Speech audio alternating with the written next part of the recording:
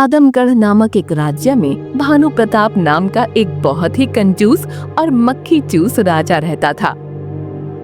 सारे राज्य के लोग उसकी कंजूसी से बहुत परेशान थे। फिर एक दिन, अरे तूने मेरे सारे खेत के आलू चुराए। मैंने तुझको कई बार मेरे खेत के आसपास भटकते देखा है। अरे ओ भाई, मैंने तुम्हारे खेत के आलू नहीं चुराए हैं। तुम मुझ पर ऐसा झूठा इल्जाम नहीं लगा सकते। सच सच बता दे, तूने मेरे सारे आलू कहाँ छिपा कर रखे, नहीं तो मैं तेरी मार मार कर खालू धेड़ दूंगा। अरे जब मैंने तुमसे एक बार कह दिया ना कि मैंने तेरे आलू नहीं चुराए, तुझे एक बार में समझ में नहीं आता है क्या? लगता है तू ऐसे नहीं मानेगा। रुक, तुझे सबक सिखाना ही होगा। वो दोनों आपस में लड़ ही रहे होते हैं कि तभी वहाँ पर एक व्यक्ति आ जाता है। अरे अरे भाई, क्या हुआ? अरे अरे तुम दोनों ऐसे अरे लड़ क्यों रहे हो भैया? अरे अरे आखिर माजरा क्या भाई?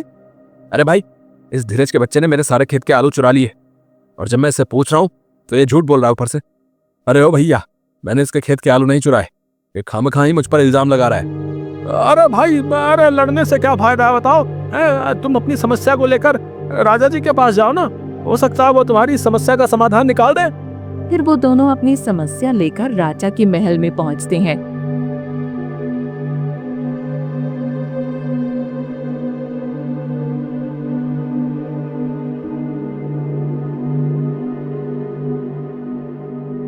प्रणाम महाराज, मेरा नाम पवन है और मैं एक मेहनती किसान हूँ। इस साल मैंने अपने खेत में आलू की खेती की थी, लेकिन मेरे सारे आलू इस धीरज ने चुरा लिए। नहीं महाराज, मैंने इसके आलू नहीं चुराए। ये मुझे फंसाने के लिए मनगढ़ंत कहानियां बना रहा है। नहीं, तू नहीं मेरे आलू चुराए, मैं तुझे छोड़ूंगा नहीं। चुप हो जाओ तुम दोनों, अब फैसला हम लेंगे कि आखिर धीरज ने चोरी की है कि नहीं। पवन, तुम्हारे पास क्या सबूत है कि तुम्हारे आलू धीरज ने चुराए हैं? महाराज, मैंने इसको अपनी आंखों से देखा है मेरे खेत के आलू चुराते हुए। लेकिन महाराज, ऐसा तो मैं भी बोल सकता हूँ कि पवन के सारे आलू मंत्री जी ने चुराए हैं, तो क्या आप इस पर विश्वास कर लेंगे? हाँ, धीरज एकदम सही कह रहा है। हम इस पर ऐसे इल्जाम नहीं लगा सकते। तो फिर मैं क्या करूं महाराज? मेरे आलू की भरपाई अब कौन करेगा? पवन, मैं तुमको 10 दिनों का समय देता हूं। अगर 10 दिनों में तुमने पता लगा लिया कि इस धीरज ने ही तुम्हारे आलू चुराए हैं, तो मैं इसको कारावास में डलवा दूंगा। और अगर नहीं लगा पाए तो तुम्हें हर साल अपने खेत के आधे आलू मुझे देने होंगे। ये आप क्या कह रहे हैं महाराज? ऐसे तो मैं बर्बाद हो जाऊंगा, इससे तो मेरा घाटा हो जाएगा। मैंने जो एक बार कह दिया सो कह दिया। मेरे कहे गए शब्द पत्थर की लकीर हैं, जिन्हें कोई नहीं मिटा सकता। अब तुम दोनों यहां से जाओ। अब आएगा ना मजा, तब इसको अपने खेत के आलू महाराज को देने होंगे। फिर वो दोनों अपने अपने घर चले जाते हैं।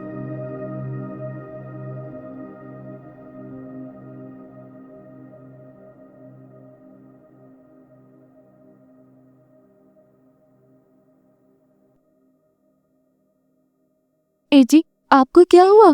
आप इतने उदास क्यों लग रहे हैं? बात क्या है? अब तुम्हें क्या बताऊं सुलोचना, हम बर्बाद हो गए। हमारे सारे खेत के आलू उस धीरज ने चुरा लिए। हमारे खेत के आलू चोरी हो गए? तो फिर आपने उस धीरज की शिकायत महाराज से की कि नहीं? फिर पवन ने सुलोचना को राजा के महल वाली सारी बात बताई। सुलोचना, अगर हम 10 दिनों में ये साबित नहीं कर पाए कि धीरज ही चोर है, तो हमें उस कंजूस महाराज को हर साल अपने खेत के आधे आलू देने होंगे। ए जी, आप फिक्र मत कीजिए, सब कुछ ठीक हो जाएगा। और रही बात उस कंजूस महाराज की, तो हमें मिलकर उसको सबक सिखाना ही होगा। तुम्हारा दिमाग तो खराब नहीं हो गया सुलोचना? वो इस राज्य का राजा है, हम उनसे मुकाबला नहीं कर सकते। उनके आगे हम एक चींटी के समान हैं। माना कि हमारे पास उनसे लड़ने की शक्ति नहीं है, लेकिन हमारे पास बुद्धि तो है। हम उनको अपने दिमाग से हराएंगे।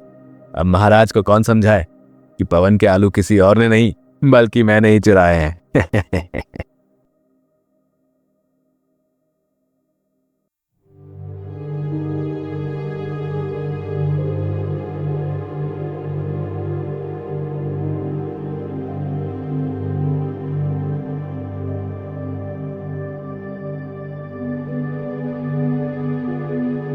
मंत्री जी, बहुत दिनों से आपने हमारे राजकोष का हिसाब किताब नहीं दिया। आखिर हम जानना चाहते हैं कि ऐसा आपने क्यों किया? महाराज, राजकोष अभी भरा हुआ है। राजकोष के लिए केवल कुछ ही मुद्राओं की आवश्यकता है, बस इसीलिए मैंने आपको नहीं बताया महाराज। राजकोष भरा हुआ है तो क्या हुआ, लेकिन उसमें अभी कुछ मुद्राओं की आवश्यकता है। क्या आपको पता नहीं, अगर राजकोष खाली रहेगा तो इस पूरे महल का खर्चा कैसे चलेगा? कितना कंजूस है ये। अगर मैं इसकी जगह होता तो पूरा राजकोष ही खाली कर देता, लेकिन इसकी तरह इतनी कंजूसी नहीं करता।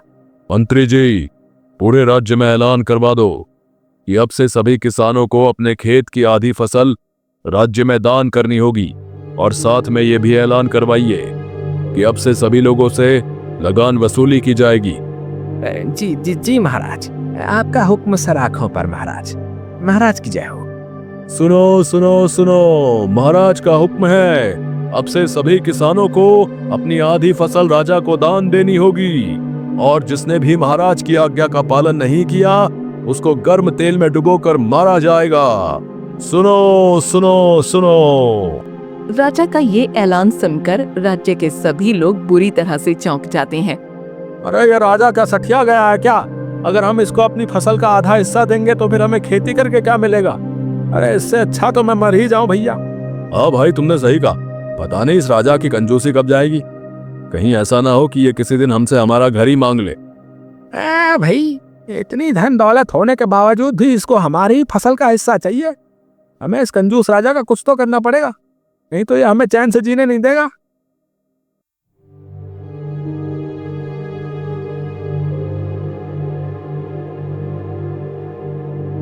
अरे मंत्री जी, आप कितना खाना खाएंगे? मैं आपको कब से देख रहा हूं कि आप रुकने का नाम नहीं ले रहे। अगर आप ऐसे ही खाना खाते रहे तो वो दिन दूर नहीं जब हमें सड़क पर भीख मांगनी होगी। महाराज, अब मैं आपको क्या बताऊं, ज्यादा काम करने की वजह से भूख बड़ी तेज से लग गई। महाराज, आप ही कैसी बातें कर रहे हैं? भूख लगेगी तो इंसान खाना ही खाएगा ना, भूखा थोड़े ही मर जाएगा। और रही बात खाने की, तो वो हम और बनवा लेंगे। हमारे पास खाने की कोई कमी थोड़ी ही है। रानी जी, आप इस मामले में ना बोलें तो ही अच्छा है। आपको हमें सिखाने की कोई जरूरत नहीं है कि हमें क्या करना है और क्या नहीं। पता नहीं कब इसकी कंजूसी की आदत छूटेगी। कहीं ऐसा ना हो कि ये हमारा खाना ही छुड़वा दे। अब से महल के सभी लोगों को दाल रोटी ही खाने को मिलेगी। अब से स्वादिष्ट पकवान और व्यंजन नहीं बनाए जाएंगे। ये हमारा हुक्म है। जिसका डर था वही हुआ। अब खाओ वही सूखी सी दाल रोटी। इस मक्खी चूस को तो मौत आ जाए तो ही अच्छा है, कम से कम इससे पीछा तो छूटेगा। महाराज, आप ही क्या कह रहे हैं? हम रोज रोज दाल रोटी नहीं खा सकते। हम आपकी बात से बिल्कुल भी सहमत नहीं हैं। महाराज, रानी साहिबा एकदम सही कह रही हैं। आपको ऐसा नहीं करना चाहिए, वरना सारे राज्य के लोग क्या कहेंगे कि राजा के महल में सभी लोग दाल रोटी खाते हैं। मंत्री जी, राज्य के लोग कुछ भी कहें, हमें उसकी कोई परवाह नहीं है। अब से महल में दाल रोटी ही चलेगी। ये बात पूरे राज्य में फैल गई और सभी लोग आपस में बातें करने लगे। अरे सुलोचना, तुमने सुना क्या? अब से महल में सभी लोगों को दाल रोटी ही खाने को मिलेगी। ए जी, लगता है राजा पूरी तरीके से सठिया गया है। हंसना बंद करो सुलोचना। राजा ने हमको 10 दिन का समय दिया है।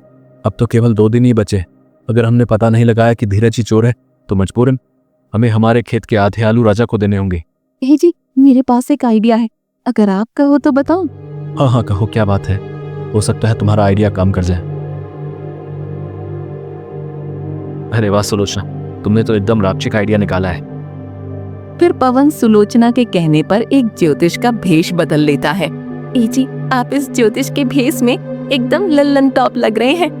अब आप राजा के महल जाइए और हाँ, मेरे बताए अनुसार ही करना। ठीक है सुलोचना, मैं तुम्हारे बताए अनुसार ही करूंगा। ठीक है, अब मैं चलता हूँ। फिर पवन एक ज्योतिष के भेष में राजा के महल में पहुंच जाता है।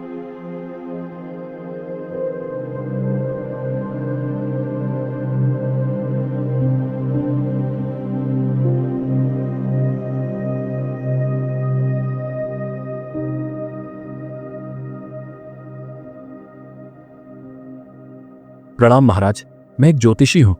मैं पास के ही एक छोटे से गांव में रहता हूँ और मैं भविष्य बताता हूँ महाराज। कहो तो आपका भविष्य भी बता दूं? ओह अच्छा, तो तुम भविष्य बताते हो। सबसे पहले हमारी रानी साहिबा का भविष्य देखो और बताओ कि हमें संतान प्राप्ति कब होगी। फिर पवन रानी का भविष्य देखने का नाटक करने लगता है और महाराज से कहता है, महाराज, आपके घर बहुत ही जल्द खुशखबरी आने वाली है और एक नन्हा बालक आने वाला है। अरे ये तो बड़ी ही खुशी की बात है। अरे रानी साहिबा, आपने सुना? हमारे घर नन्हा मेहमान आने वाला है। हाँ महाराज, ये तो बड़ी ही खुशी की बात है। ज्योतिषी जी, अब आप हमारा भविष्य देखिए कि हमारे भविष्य में क्या लिखा है। जी महाराज, आप अपना हाथ आगे लाइए। महाराज, ये तो अनर्थ हो गया महाराज, सब कुछ खत्म होने वाला है, आप पर प्रलय आने वाली है। क्या हुआ ज्योतिषी जी, आप ऐसा क्यों कह रहे हैं कि सब कुछ खत्म होने वाला है? साफ साफ कहिए, आखिर माजरा क्या है? महाराज, जल्द ही ये महल टूटने वाला है और सारे लोग इसमें दबकर मर जाएंगे। यह आप क्या कह रहे हैं ज्योतिषी जी? आज तक इस महल को एक भी खरोंच नहीं आई, तो भला ये महल कैसे टूट सकता है? मेरी बात का विश्वास कीजिए महाराज, मैं सच कह रहा हूँ, ये महल कभी भी टूट सकता है। ज्योतिष की ये बात सुनकर महाराज और महल के सभी लोग बहुत ही ज्यादा डर जाते हैं। नहीं, ये नहीं हो सकता ज्योतिषी जी। इस समस्या से बचने का कोई तो उपाय होगा। महाराज, इस समस्या से बचने का एक उपाय है, लेकिन शायद आप वो उपाय ना कर पाओ। ज्योतिषी जी, आप वो उपाय बताइए, हम अपने महल को बचाने के लिए कुछ भी कर सकते हैं।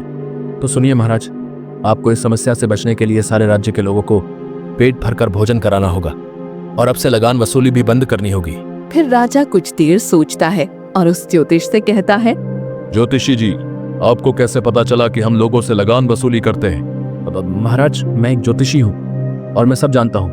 मैं ये भी जानता हूँ कि आप राज्य के लोगों की आधी फसल खुद रख लेते हैं। अगर आपको इस समस्या से बचना है तो आपको ये सारे बुरे कर्म छोड़ने होंगे। ज्योतिषी जी, हम इस राज्य के राजा हैं और हम कुछ भी कर सकते हैं। आपको इस मामले में बोलने की कोई जरूरत नहीं है। तो ठीक है महाराज, अब फैसला आपके हाथ में है। आप वो बुरे कर्म छोड़ दीजिए या फिर इस महल के गिरने का इंतजार कीजिए। ज्योतिष जी, महाराज राज्य के सभी लोगों को भोजन कराने के लिए तैयार है। ये आप क्या कह रही हैं रानी साहिबा? अगर हमने राज्य के सभी लोगों को भोजन कराया तो हमारा बहुत ही ज्यादा नुकसान हो जाएगा। आप समझने की कोशिश कीजिए महाराज, अगर आपने ये नुकसान नहीं किया तो आपको इससे भी बड़ा नुकसान झेलना होगा। हम इस महल में दबकर मर जाएंगे। अब राजा के पास एक ही रास्ता बचा था कि वो सभी लोगों को भोजन कराए। अगर वो ऐसा नहीं करेगा तो उसका करोड़ों का महल गिर जाएगा। ठीक है ज्योतिषी जी, हम राज्य के सभी लोगों को भोजन कराने के लिए तैयार हैं और हम अब से लगान वसूली करना भी बंद कर देंगे। सुलोचना की तरकीब काम आ गई, अब से सभी लोगों को इस कंजूस राजा से छुटकारा मिल जाएगा। फिर राजा भोजन के लिए राज्य में ऐलान करवा देते हैं। सुनो सुनो सुनो, हमारे राज्य के राजा राज्य के सभी लोगों को भोजन कराने वाले हैं। सभी लोग कल महल में पूरे परिवार के साथ उपस्थित हो जाएं। सुनो सुनो सुनो। अरे भाई, ये राजा अकल का थोड़ा सनकी है क्या है? कभी हम सभी को लूटता है और कभी हमको ही दावत देता है। अरे भाई, ये राजा की कोई चाल तो नहीं है?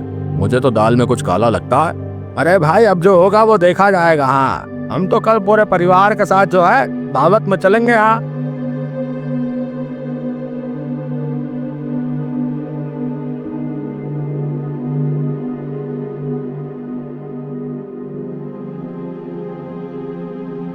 अरे सुलोचना, तुम्हारी ये तरकीब काम आ गई। कल राजा ने सभी लोगों को महल में भोजन के लिए बुलाया। ए जी, ये तो बड़ी ही अच्छी खबर सुनाई आपने। अब राजा की अकल ठिकाने आ जाएगी।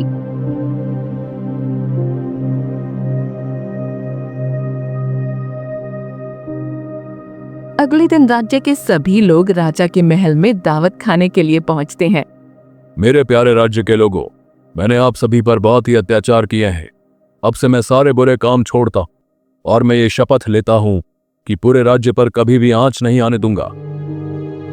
महाराज आप धन्य हो। महाराज की जय हो, महाराज की जय हो। फिर राजा ने सभी लोगों से लगान वसूली करना भी छोड़ दिया और उनकी आधी फसल का हिस्सा लेना भी छोड़ दिया। फिर एक दिन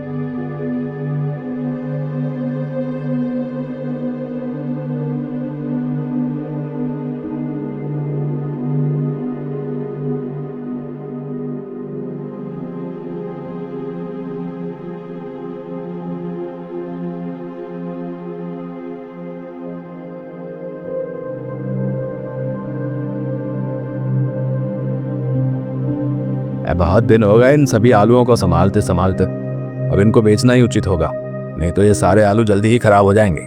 धीरज की सारी बातें पवन खिड़की में से सुन लेता है। मुझे तो पहले से ही शक था कि मेरे सारे आलू इसी धीरज नहीं चुराए। मुझे ये सब जल्दी ही महाराज को बताना होगा।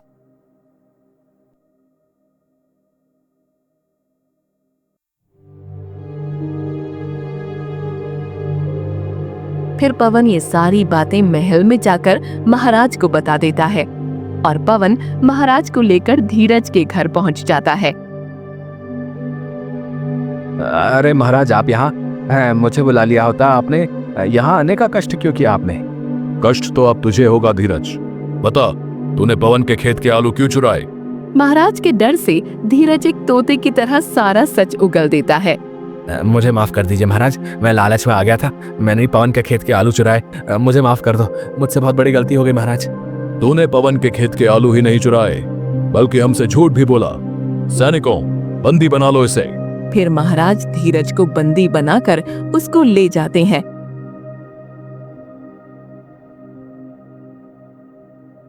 और धीरज को कारावास में डलवा देते हैं।